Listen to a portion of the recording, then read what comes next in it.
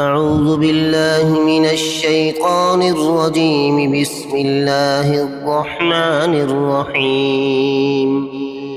إن في خلق السماوات والأرض واختلاف الليل والنهار والفلك التي تجري في البحر بما ينفع الناس وما أنزل الله من السماء من ماء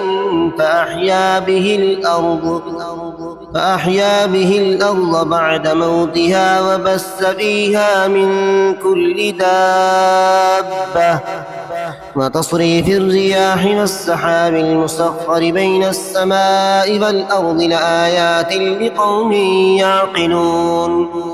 ومن الناس من يتخذ من دون الله أندادا يحبونهم كحب الله والذين آمنوا أشد حبا لله. ولو يرى الذين ظلموا إذ يرون العذاب أن القوة لله جميعا وأن الله شديد العذاب. إذ تبرأ الذين اتبعوا من الذين اتبعوا ورأوا العذاب فتقطعت بهم الأسباب. وقال الذين اتبعوا لو أن لنا كرة فنتبرأ منهم كما تبرأوا منا كذلك يريهم الله أعمالهم حسرات عليهم وما هم بخارجين من النار. يا أيها الناس كلوا مما في الأرض حلالا طيبا ولا تتبعوا خطوات الشيطان إنه لكم عدو مبين. إنما يأمركم بالسوء والفحشاء وأن تقولوا على الله ما لا تعلمون. وإذا قيل لهم اتبعوا ما أنزل الله قالوا بل نتبع ما ألفينا عليه آباءنا أولو كان آباؤهم لا يعقلون شيئا ولا يهتدون.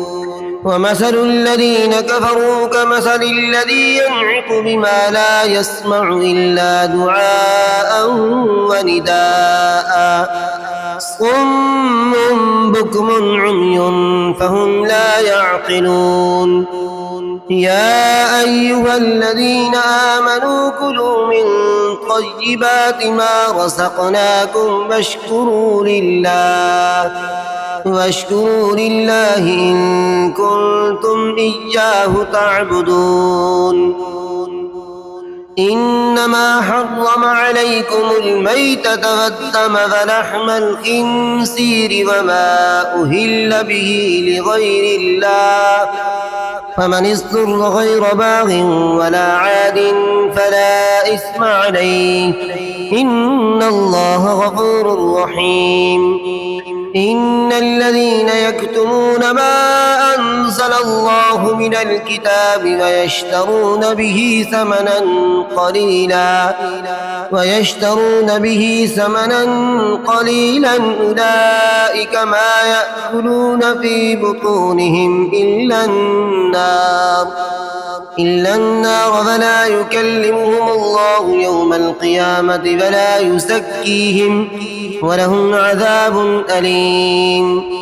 أولئك الذين اشتروا الضلالة بالهدى والعذاب بالمغفرة فما أصبرهم على النار. ذلك بأن الله نزل الكتاب بالحق وإن الذين اختلفوا في الكتاب لفي شقاق بعيد.